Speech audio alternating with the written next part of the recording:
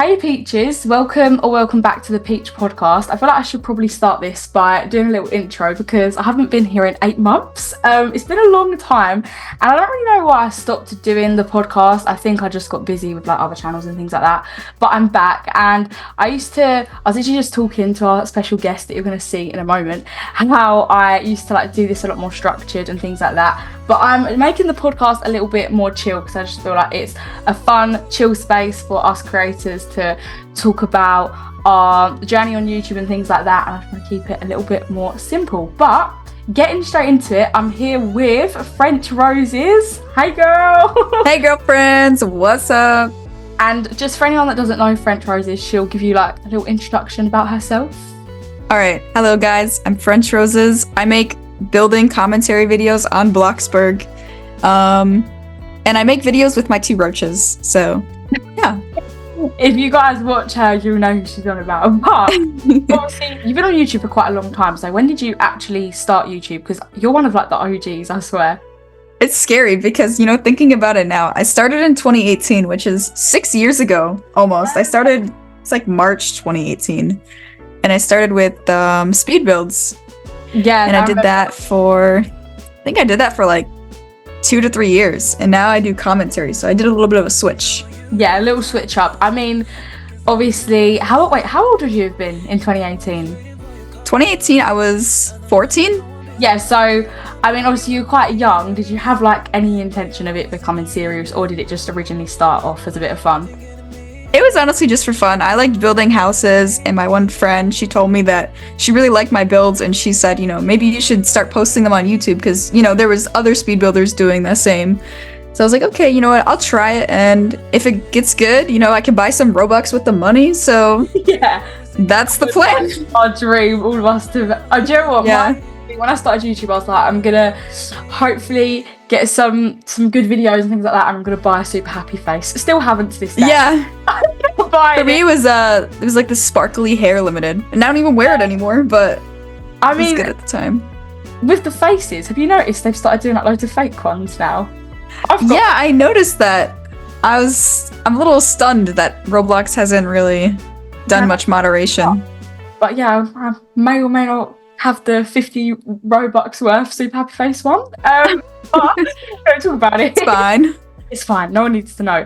But obviously, you've been here since 2018, and if you guys don't know, if you're like new to Bloxburg used to have a different owner called Collabs. I feel like the updates have definitely got a lot bigger recently. Yeah. So obviously, you've seen Bloxburg change a lot. Like, do you miss the old Bloxburg? Because I'd say it's quite different to Bloxburg now.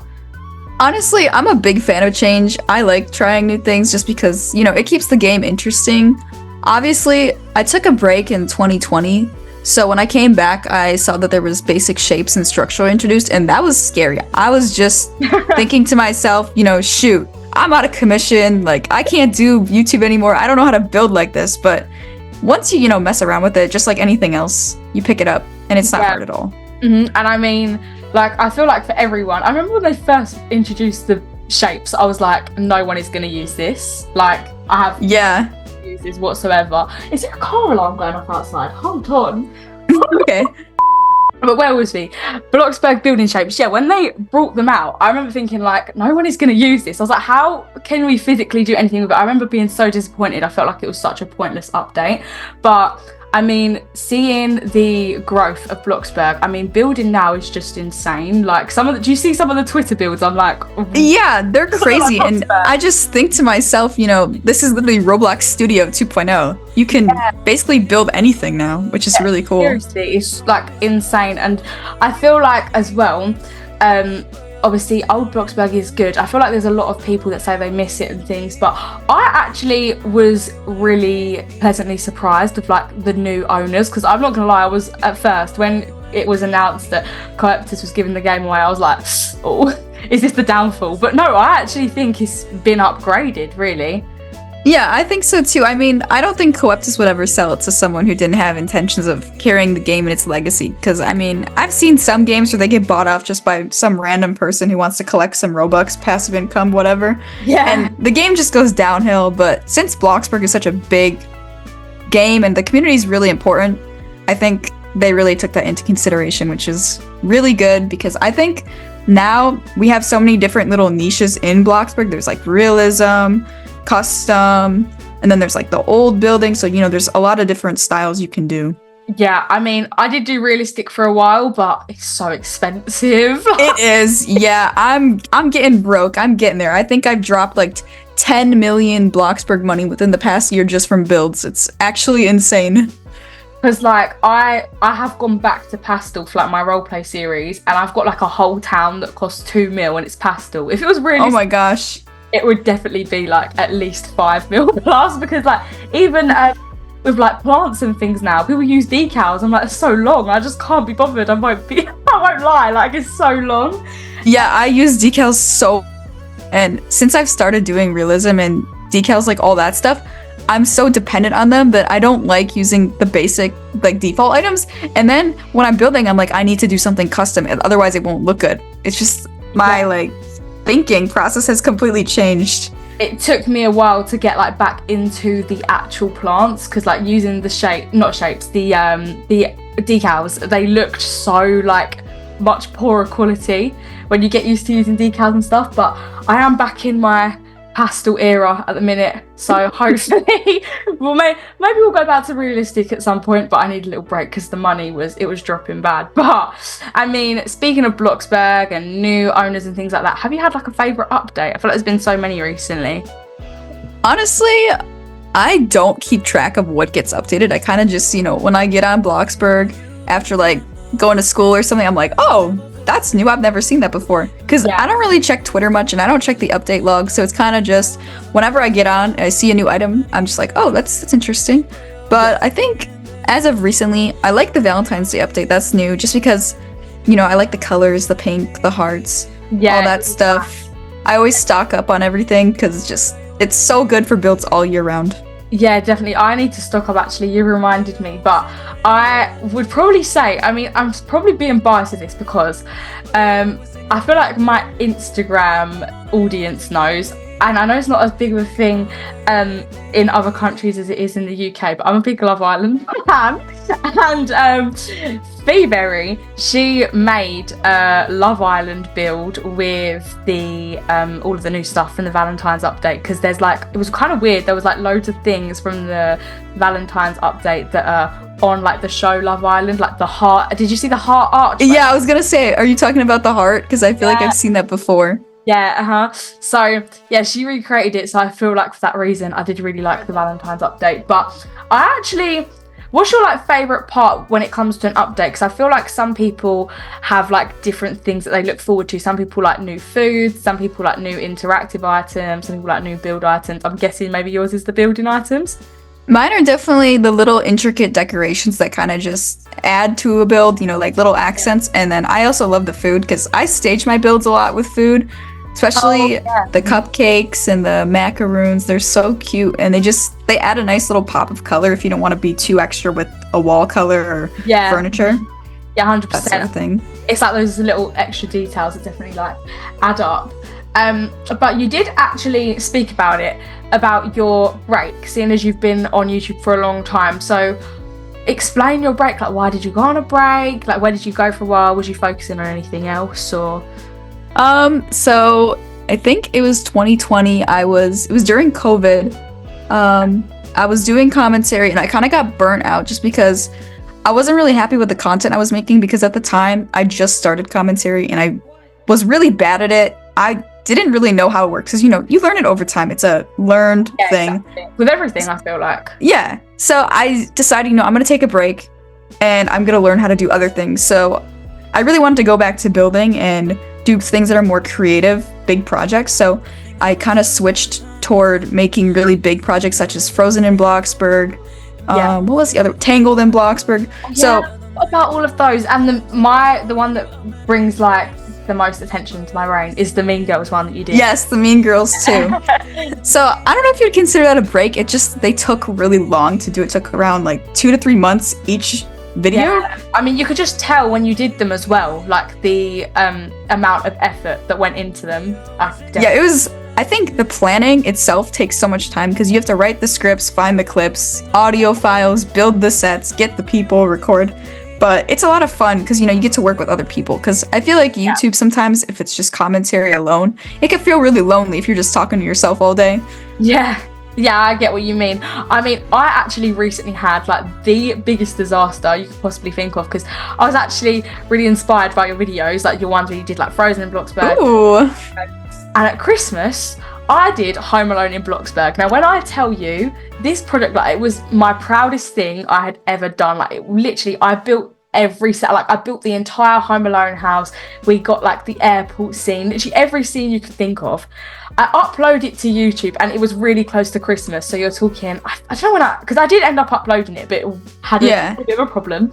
As I'm uploading it, but like no matter how hard I tried, YouTube kept copyrighting it. So that's the worst. Upload it with no sound. I tried speeding it up, like it literally sounded like chipmunks, and I was like, you know what? It's fine. I'll take it. I'll take it. No, literally. And I'm pretty sure. So I tried to upload it like the night before, like at 8 p.m. And I genuinely did not sleep until the next day at like 4 p.m. Like I was up the entire night. Yeah. I literally made myself ill before Christmas. Like it was so bad. But you know, it's like I put in all that hard work for what? And that's what I was going to ask you. With your like Frozen in Bloxburg, Minions Bloxburg, you didn't get any copyright things on it? So I got copyrighted a few times, but I'm very good at finding ways around it. I don't know if that's like the way I do it is illegal or not, but basically what I do is instead of uploading the full file as itself together, like at the end, I'll upload each clip individually and then see what's getting copyrighted. And then typically if there's music in the background, you can test that clip and then it'll tell you if it's copyrighted. And then you can kind of, for me, I'll sometimes edit out the music in the background and then just add your own what's it called? Yeah, like add my own and then separate the person talking. Mm-hmm. And then if worse comes to worse, I'll just like cut certain parts that aren't important so there's no direct flow. So this way it can't recognize that it's like a full music sound or whatever. Mm-hmm. So that's usually what I did. But yeah, those videos, those are the most fulfilling things you can do because you just feel so proud once it's done. Yeah, honestly, it was literally like a mini movie. Also, mine was really long too, which made it even more devastating. I'm pretty sure it is an hour and something. Oh my gosh. On YouTube, I just uploaded it with I literally couldn't have the characters talking or anything because when the copyright come up, it wasn't like, say for example, music. It literally said like Home Alone movie. So like I tried cutting out so many scenes. I did what you said as well, like put every single clip. I was up all night and every single one got copyrighted. It was honestly heartbreaking. But I think what I'm gonna do next time is if I do any ones like similar, because I'm a big fan of Gossip Girl. I've always wanted to do Gossip Girl. Oh my god, I love Gossip Girl. So good, isn't it? Another thing you could do though is you can look up the film and then you can check if it's what's it called? Like you can edit it, or I don't know what it's called, but you can file a claim and say that it's like creative use. You're not using it to like profit off their brand or anything, and they won't give you a strike and they'll pass it. I think I did that with Frozen because I basically changed the music, so it was like my own audio, but it was like their script, so technically they couldn't copyright me.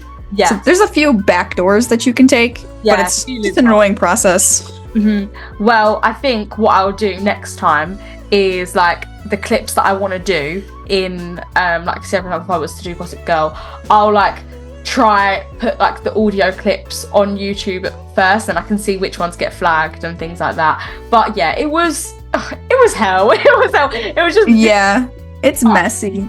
I mean, another thing I do is I'll go on YouTube and I'll find clips of the show or like movie, and then I just scroll in the description and see if that one got copyrighted, because you can usually tell. It'll be like from the movie Frozen or like this song, and that's how you know it's copyrighted. And if it doesn't show that, then you're like, oh, I'm good. I can download it and I won't get copyrighted.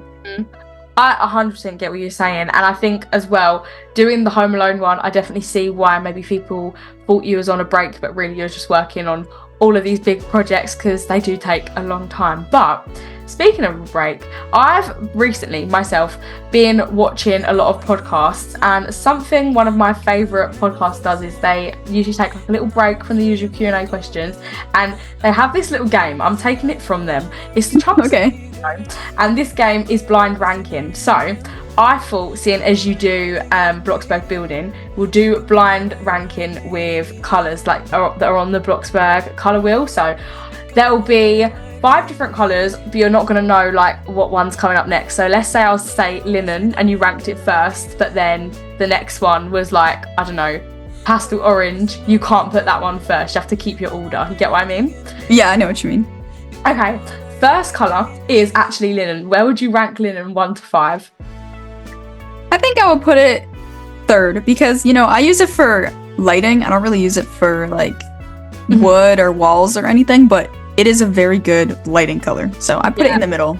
I couldn't live without it. It's literally the only lighting that looks good. I know. Linen and nougat are my favorite. Yeah. Next one is fog. Where would you put fog? That's like the pastel. Honestly, 5. I feel like I don't use that at all. Oh, do you It's just a neutral color. You know, I love rainbow throw up colors. Literally anything super bright, that's what I use. That's what you use. I mean, this one, okay, this is a bit of like a random one. I don't know if you'll know this one. You probably will. Do you know the colour terracotta? It's like a type of red. That's the red, right? Yeah. Where would you put that? You know what? I'm going to put this in 4 just because I have used it before as an accent for a pillow. Yeah. But I don't use it that much. It's not a very common color in my color palette, so yeah, you know, it gets a lower ranking. I sometimes use it at Valentine's because of the red, but I don't really use it often myself.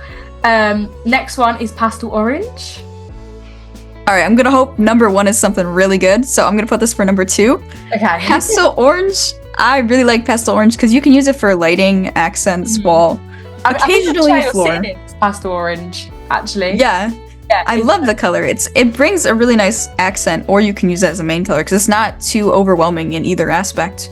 And the last one, I don't know how you feel about this one since you like bright colours, but I feel like you would like it, is seashell.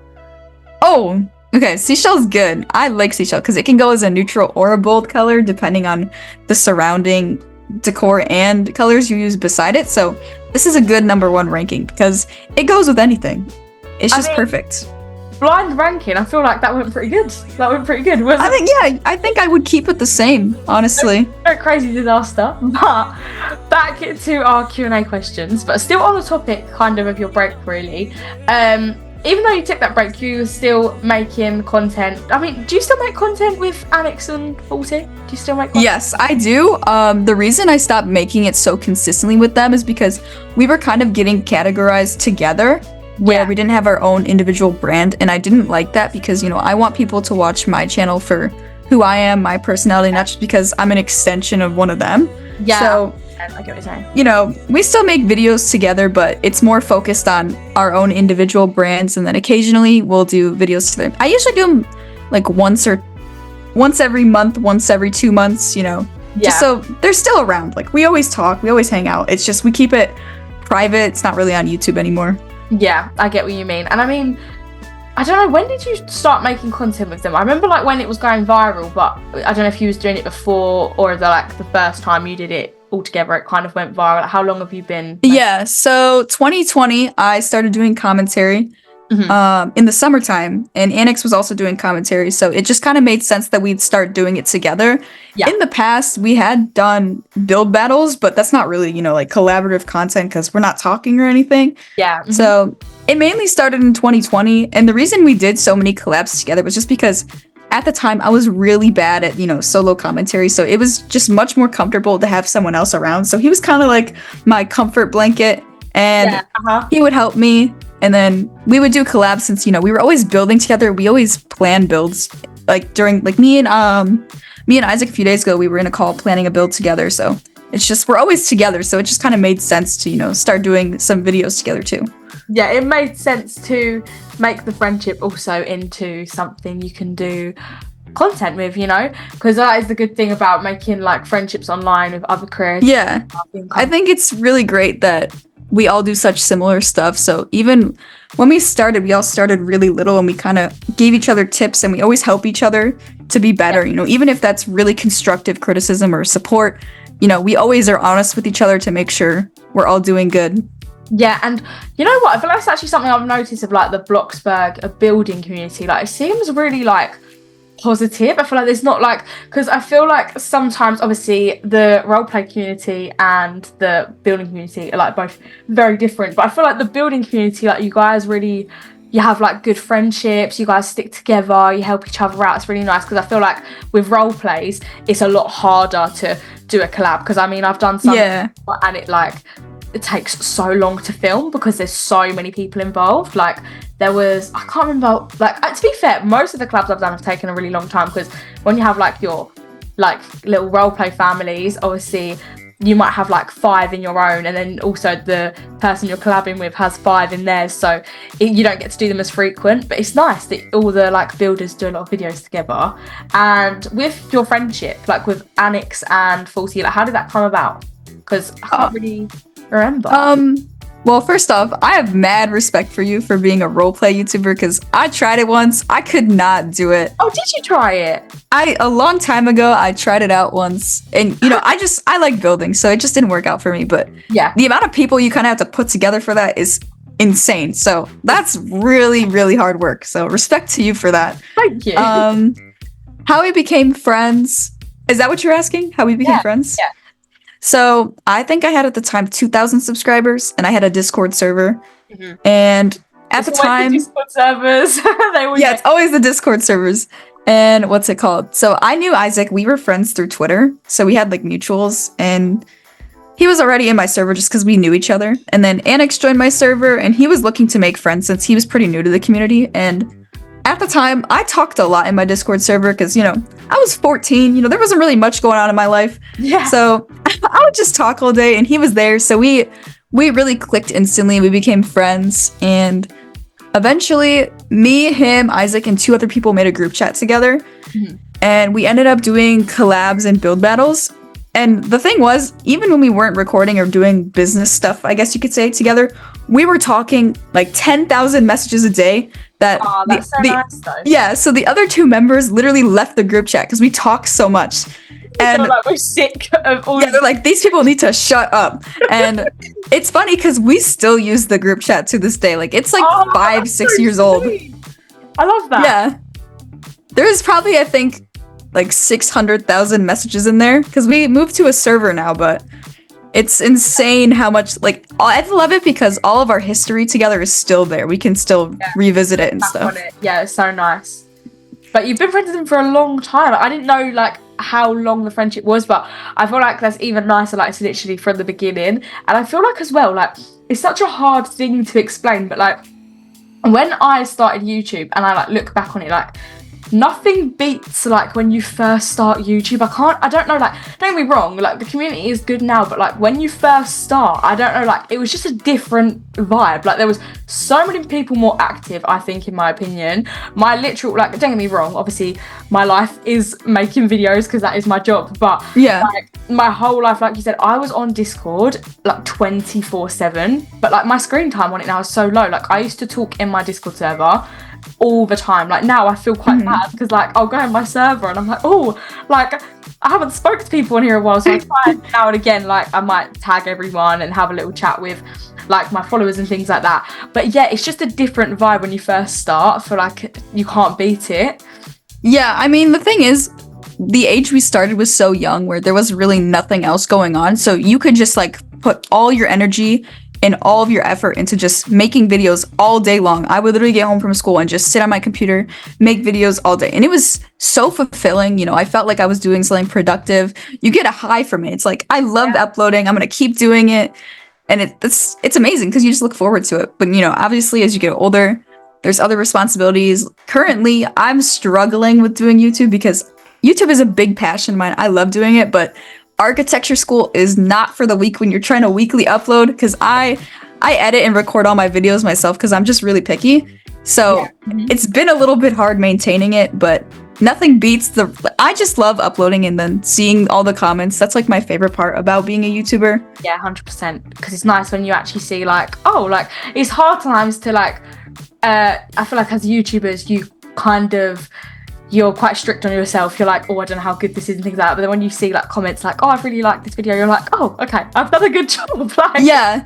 My favorite is when they mark timestamps or they'll mention a certain part of the video. I'm like, oh my god, someone actually watched the video and listened to what I said and made a connection. That's the best feeling because someone actually, it feels like you're being understood in a different way. Yeah, and it shows as well, like with timestamps and things, like they've actually, like they've really sat there and like enjoyed it. It's so nice. And as well, kind of going back to your friendship with Anix and 40, am I right in saying that you met them both at RDC? Yes, I did. It was amazing. Yeah, and for anyone who doesn't know what RDC is, it's like an event run by Roblox. Loads of, I mean, you went, so I guess I'll let you explain actually. So it's basically a Roblox convention. Not convention. Oh my god, it's a Roblox convention for for YouTubers and developers. And basically, the whole point of it, at least to me, is to network. You get to learn a bunch of new things about what's coming to Roblox, and you get to meet developers. And then developers will kind of come up to you and be like, "Hey, I'm a developer. I want you to promote my game. Like, we can do an exchange." So it's kind of just like a little business meeting. It's really cool. Yeah, I made a lot of friends, so it was awesome. Yeah, and I feel like what's good about it as well is like because don't get me wrong, obviously you still get a lot of opportunities being a gaming YouTuber, but they're very specific because you're doing gaming. So I feel like going to a convention actually run by Roblox is like the perfect space for us creators. I mean, I was gonna go, guys, but age limit wasn't there for me. So next year. Yeah, it was obviously a great experience. So many people went. I mean, obviously you went, Anix, 40, did Akila go? Or have I made that up? I'm not too sure, but there was a total of, I think, it's like 1,000 people. Oh, so it's quite a lot of people. It was big. Like Bloxburg creators that you spoke to? So I talked to, it's crazy because, you know, I've seen them on social media for years and, you know, you interact with them and then you're like, oh my God, there's the panda girl. Like, oh shoot, like that's her. I was like, wow, she's really short in real life. Oh, shit. I love you, panda. So like I met her, I met Simply Bubbly, I met Comfy Sunday. I met Comfy's so sweet. Yeah, I met Feeberry. Who else did I meet? Just a bunch of regular Roblox YouTubers. Yeah, it's weird as well because, like, obviously we all speak to each other on screen and we all like seeing what each other look like. But it's like, oh, you're like actually a person. Yeah, like, oh shoot, she's real. Like, that's crazy. But obviously, before you went to RDC, you hadn't done a face reveal. Did you do your face reveal because you went to like you knew you was going to RDC? Like, what was your kind of intention for doing your face reveal, or did you literally just feel like, okay, now's the time? So it was kind of a combined thing, you know. There's never not been a reason why I didn't do a face reveal other than, you know, just like protecting my personal information and stuff. And at the time when I started YouTube, I was really young, so I didn't want to put it out there yet. Yeah. So I knew I was like 19 at the time, and I was like, you know what, it's fine. I want to do my face reveal, but you know, it's kind of just weird to just go, hey guys, this is my face reveal. So I was gonna wait for some thing to come up, some milestone or something important. And when I got invited to RDC, I was like, you know what, this is a good time because I want to vlog at RDC so I can build up hype for it by doing a face reveal right before. Yeah. So this way I know people will want to watch that content. And then, you know, I was just like, let's do it in August, 2 weeks before it, you know? Yeah, let's go. But I mean, obviously, I don't know about you. When I did my face reveal, I was so worried because you just always assume the worst, I think. I feel like it is a big thing, especially as well. Yeah. For me, I didn't do mine when I was in school just because, you know what school's like? Sometimes it's just like people have opinions and I was just like, I'm not here for that. And I didn't want to get to the point where I was like worrying about my content and things like that based on other people's opinion that I knew in real life, blah, blah, blah. So I waited until I left school. Like literally, I had my last day of like secondary school or high school, as you guys called it. And the day after, I went to a photo shoot. That's the way to do it. And then bam, I was like, that weekend it was out. So yeah, I did it straight away. But for me, obviously, I found it like quite nervous, like what the response was going to be. Was you worried about like your response for your face reveal? A little bit, but I kind of did the same as you. I waited till after high school just because, you know, my high school was very small and, you know, word goes around and I just don't like when people know my business unless I tell them because I like telling people those things, especially YouTube, because I feel like it's a very delicate thing. Because every time I would tell someone in high school, the first thing they'd be like is, how much money do you make? And I'm like, why don't you ask me about what I do? Why don't you ask me about the content? So like you're like, oh. Yeah. So at the time I was in college, and my college is huge. There's so many people, and I was a lot more confident with who I was because college, no one cares what you're doing. So I would do like crazy fashion things, and I was like, I'm confident enough where I want to do a face reveal, and no comment or like no one's opinion is gonna alter how I feel, because I really think you need to be super secure with yourself. Before you face reveal, because people's comments can really affect you. And that's the thing about social media, that's you can't really get into it unless you're secure with yourself, because comments are brutal sometimes. I mean, even not even sure of yourself, like even just comments about your content, like even if you get someone doesn't like the video for whatever reason, like it's never the nicest feeling. But for me, I definitely waited till after school, just because I feel like it is also a UK thing. UK schools are evil. Really? Brutal, yeah. Like if you were doing YouTube and things like that, like people like they just literally take the absolute mick out of you. Like I don't know why. Yeah. I think but yeah, I just waited till I left, and I mean people like since I've left school, like they have like found my channels and stuff, but it's weird, like the moment you leave school people don't care anymore. But I know for a fact if I did the face reveal in school, people would be like almost like what's going on? Yeah, so I mean it's definitely, like you said, you got to do it when you're ready, I think. And yeah, I waited quite a while for mine. But I mean, you obviously was on YouTube a lot longer than I was. Yeah, you was when you did your face reveal. So was it like, did you find it weird? Like all of a sudden, like people knowing what you look like after all this time, because you obviously grew up really on YouTube, no one knowing who you are, and then suddenly everyone knows who you are. It's kind of crazy. I mean, I just wanted people to like my content for me, my personality, not what I look like and that sort of thing. Because I just don't like when certain people only watch someone because they're like, oh, they have a nice face, blah blah blah, like that sort of thing. They're so pretty and things like that. It's like you want people to recognize your creative work and things. Yeah, and I think because a lot of people, I've noticed this in real life when I tell people that I do YouTube, they're like, oh, they only watch you because you're a girl. And I'm like, no, that's not why. It's because of my content. Like, that's so strange. Yeah, it's always men saying that. So I'm like, no, I didn't voice reveal till 100K. I didn't face reveal till like the summer. So it's just, for me, it's very important that my personality is the main thing people want to see. Yeah. So, that's what I kept it as. I think I had like an overall pretty good response.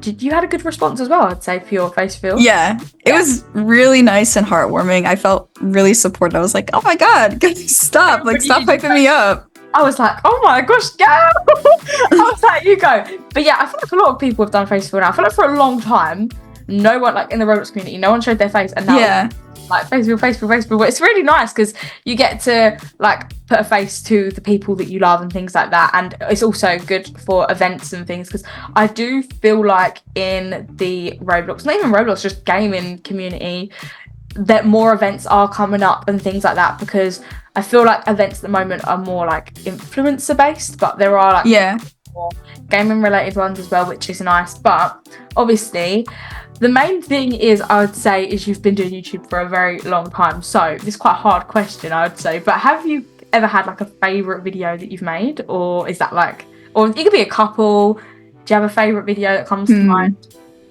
I have a few. Obviously, Blush Mansion is probably my most memorable. Oh my gosh, yes. Very popular house. When I was your biggest fan. Like, oh, thank you. I loved it. I think there's different categories. Like favorite speed build was definitely Blush Mansion. Favorite movie recreation was probably Frozen, just because I had such a fun time with my friends making that. Yeah. Commentary, I love making videos with Anix and Isaac. It's so much fun. So I don't think I'd have a favorite, just because every new video I make with them is just funnier than the other, because I don't know. We're so comfortable around each other that it's just like another call to us, so we mess around. Like there's no awkwardness, so it's just fun. And I like that. That's really nice as well, because I feel like sometimes when you do collabs and things, you sometimes lose that not friendship, but like you kind of lose that comfortability, because you feel like, oh, I'm filming a YouTube video, I need to be a certain way. But it's nice that you guys don't. I feel like that is why those videos are so successful, because like it's almost like, I feel like people feel like they're almost like they're on a call with you because you guys are just yeah, exactly. You don't have to worry about an awkward silence because we all have a very comfortable, place with each other. So it's not weird at all. And I get a lot of comments like, I feel like I'm on FaceTime with you. And that's the best so comment, sweet. I love that. Yeah, that is so nice. And I mean, final thing that I always usually ask on the pod is, what are your future plans for YouTube? I mean, I'm sure you've had many future plans over the years, but is there anything that like you're aiming towards next, or? Honestly, I'm struggling to plan ahead just because I have so much going on with school, but I want to keep uploading. I like weekly uploading. If I could upload more, I would, but right now I'm a little stuck. So maybe in the summer it'll go up, but I try to make my videos super high quality, and right now I'm super happy with my content. So I would just try to keep improving it, because I noticed when I watch my old ones, I'm like, dang, these suck. Like, I'm really glad I feel like we all do that. Yeah, I'm like, okay, at least I know I've made progress. Like, I'm learning. Definitely just upping the quality, maybe more consistent. And I definitely want to do another vlog. I loved recording that vlog. Yeah. And a lot of people wanted another one. So I was like, yes, people like it. I'm going to do another one. 100%. They were really good. Like, I love the RDC vlog. But thank you. Last thing, just talking about school, you said you go to architecture school. Is that do you think that is kind of to do with like what you do on YouTube? Like, have you always wanted to go into architecture, or? Oh, 100%. So when I was little, originally I wanted to be a fashion designer. I just like designing things that was like interior. I would draw houses on a notebook. And then my dad got an iPad, so I used to play this design game for interiors on his iPad. And then it just, as time went, I started playing Minecraft, and I would always just be building. And then it translated to Bloxburg. And, it was just always an underlying theme that I like designing and building homes. So it just kind of made sense to go into architecture, because I have a really big passion for it. I love designing things. Yeah, I feel like that is like such a like full circle moment. Like, grew up doing Bloxburg on YouTube, and obviously you do builds, so like things, and now you go to architecture school, so that is amazing. And as well, like with that, I mean, do you have like, I don't really know much about doing architecture in school and things like that, but do you use like programs online and things? Like, have you ever been able to like put any of your like Bloxburg work towards anything, or do you have to use like more serious things? So I was building a career profile for like future internships, and I put my YouTube and all my resume stuff, and I mean, we use some programs. I'm kind of new to it, since we're kind of the first 2 years for the US is we learn the history and we learn all these guidelines before you actually get into doing labs and studio stuff. So we've been using AutoCAD, Fusion 360, Photoshop here and there. Yeah. So it's cool because I have a little bit of experience with Photoshop already because of YouTube. So I feel smart. I'm like, oh my God, I know what I'm doing. It's a good feeling. But yeah, with all that being said, I feel like that brings us to the end of this episode. It's been so fun. I feel like I've learned so much more about you as well, talking to you. But it's honestly been so amazing having you on the podcast, especially, honestly, when I was younger, that blush house, that was my house. I built that house. I'm honored. Honestly, is that your most viewed video? Yes, it's at 7.8 million views. Wow, that's insane. Actually crazy. So crazy. There was once a point there was like a cult of that house on public servers. Like, everyone tells me they see it in public servers, but I've never seen it. But I also just don't go into public servers, so that could be why. Yeah, honestly, they've got a bit dry recently. I feel like every time I join them, the chat, there's nothing in it. I mean, I only go into Bloxburg to build, so I feel like if I'm going into a public server, it's just to join my neighborhood. So I don't really get to browse the area. Yeah. But, I mean, it's been so fun having you on. And if anyone has any other future guests that they want, let us know down below in the comments. And be sure to go subscribe to Frenchrxses, guys. Thank you for coming on. Thank you for having me.